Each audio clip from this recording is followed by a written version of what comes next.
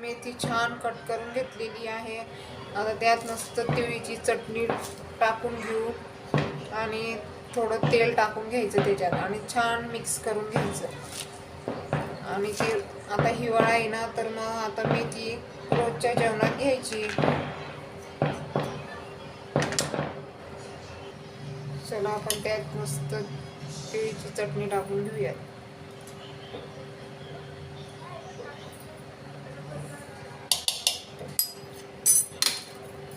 रोजच्या जेवणात घ्यायची बरं का. अशी हिवाळा असलाय ना, तर मेथी असली की असं घ्यायचं रोज. छान लागते, चविष्ट लागते तशी मेथी.